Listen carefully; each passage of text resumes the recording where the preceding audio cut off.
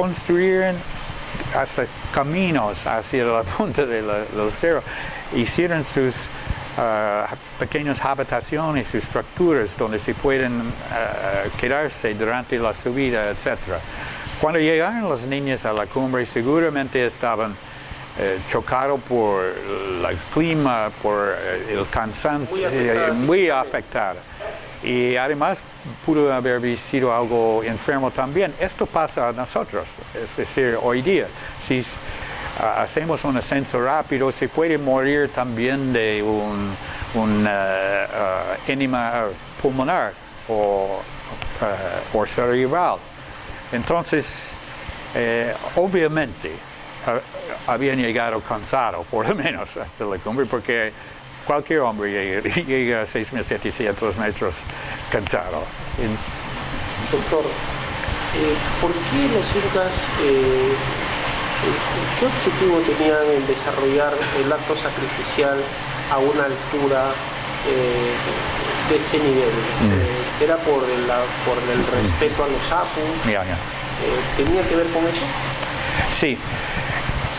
La hipótesis, cuando yo comencé con el trabajo en el año 80, la hipótesis fue que los incas subieron hasta las cumbres altas para estar más cerca del sol, porque fueron hijos del sol, ¿no es cierto? Entonces tuvo algo lógico con esto.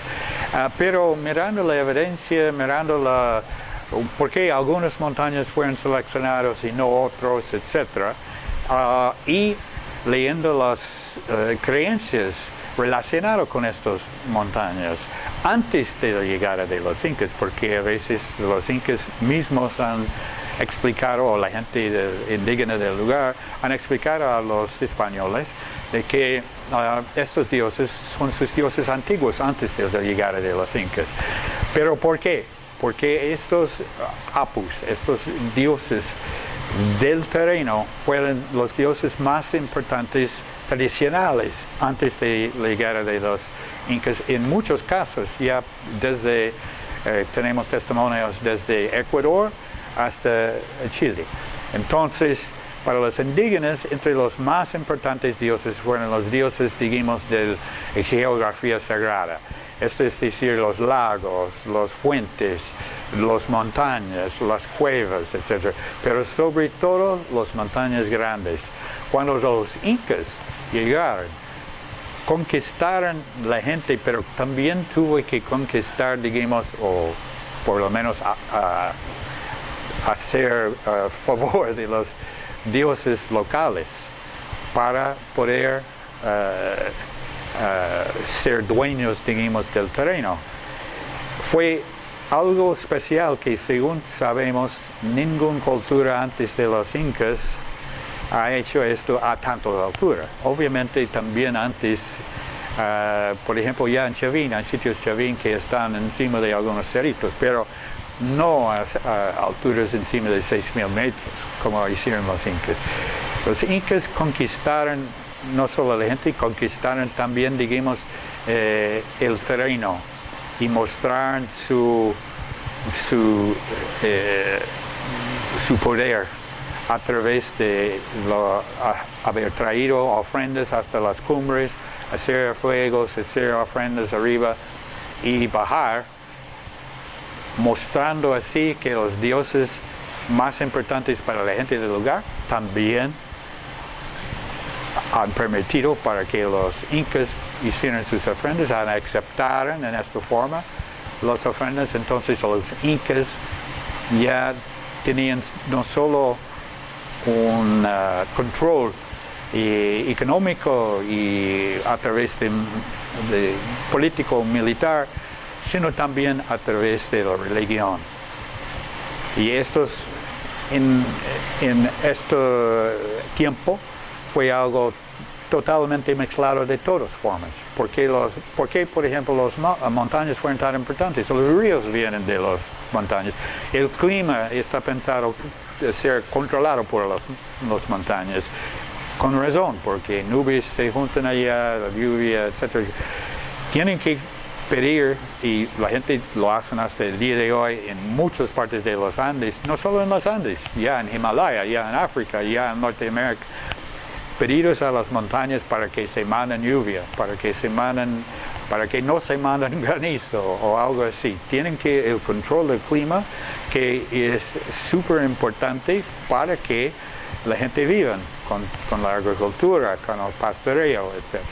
Entonces, había una razón, yo creo, muy importante por qué los incas subieron a las cumbres altas, y esto fue, por un lado, tener como control de todo el terreno, pero también para apoyar que estos dioses apoyen la economía y a través de lluvia o que sea.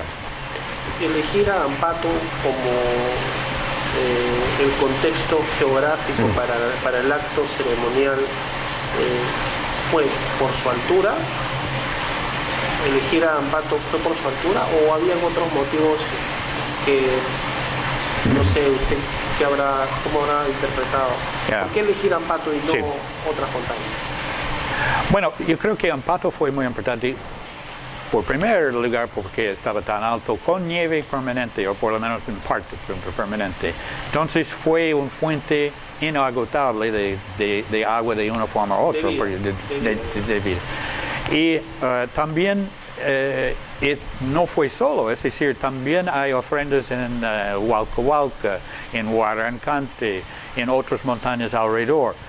Ambato estaba muy importante porque yo creo fue el más alto de la zona, con varias fuentes que han salido de la montaña, con un lago grande justo a su pie, que además es pensado como una fuente de agua del mar hasta final, que llega a través de canales subterráneos, que llega para hacer los lagos en los Andes. El lago Titicaca, por ejemplo, fue pensado haber sido conectado al mar océano.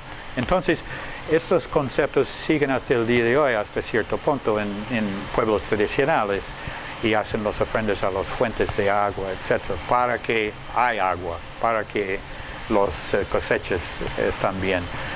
Y en el caso de Ambato, domina un gran paisaje, y el cañón de Colca fue muy importante antes de la llegada de los incas, y los incas hicieron todavía más importante, por ejemplo, con maíz, que fue importante para el imperio inca. La irrigación y los campos de cultivo ya crecieron con la llegada de los incas. Eso es típico, eso pasó en casi todas partes. Pero sabemos también que la gente hicieron adoración a Hualcahualca, sobre todo, que está muy cerca del pueblo de Cabanaconde, por ejemplo, porque la gente creía de ser descendientes de la montaña. Es decir, sus ancestros vino del centro de la montaña. Entonces, es una relación muy cercana a la gente que viven cerca de la montaña. La gente viviendo muy cerca al pie de Hualcahualca consideran Hualcahualca más importante que, digamos, Ambato, pero para toda la zona que tiene gente de lejos, que pueden ver también de lejos, Ambato tuvo gran importancia para toda la región.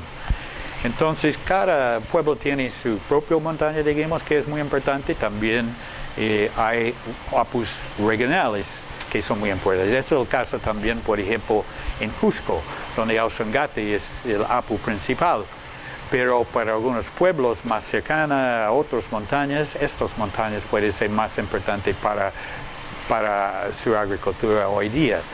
Y el apu maximal queda siempre el Ausangate, quien es como el Inca, el emperador de todos los apus más chicos. Queda el máximo. Doctor, ¿qué le llamó poderosamente la atención después usted, en comparación con los hallazgos de los niños de Yuyayaco? ¿Qué son las diferencias y similitudes de estos dos hallazgos? Entre los hallazgos de Yuyayaco y en la frontera con Argentina y Chile, y con Ambato, en principio, los tipos de ofrendas y los sacrificios son la forma, no los sacrificios mismos, pero la forma en que fueron enterrados, por ejemplo, es muy parecido. El asunto es que en Yuyayaco estaba a una altura de 6.700 metros y después de morir y fueron enterrados los niños, no cambió nunca, parece, la temperatura ambiente, o decir, siempre quedó bajo cero, y los cuerpos se consideran muy bien. En el caso de Ambato, primero la dama de Ambato fue originalmente tan bien preservada también, a 6.000, pero por haber caído la cresta en donde estaba el enterramiento, se quedó expuesto, y no solo el rostro quedó y que se desecó, el cuerpo quedó congelado, pero congeló, descongeló, porque hay sol que llega y el sol puede ser fuerte a esta gran altura. Y además está reflejado por el nieve, etc. Entonces, en este caso, el cuerpo estaba conservado de una forma distinta a los cuerpos en Yuyayaco. Eso es una cosa.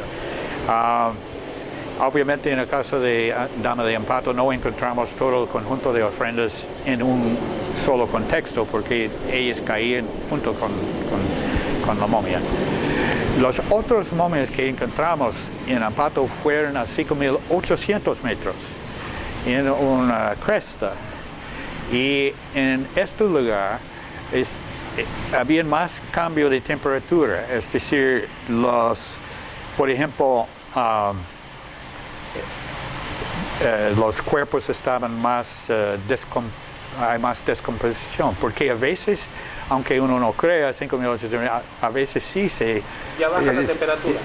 O se sube la temperatura, y por eso, si no están enterrados muy profundos, ya también los cuerpos van a estar afectados por el color, digamos, el color, entre comillas. Y además, tres de ellos fueron impactados por rayos, porque la cresta está muy expuesto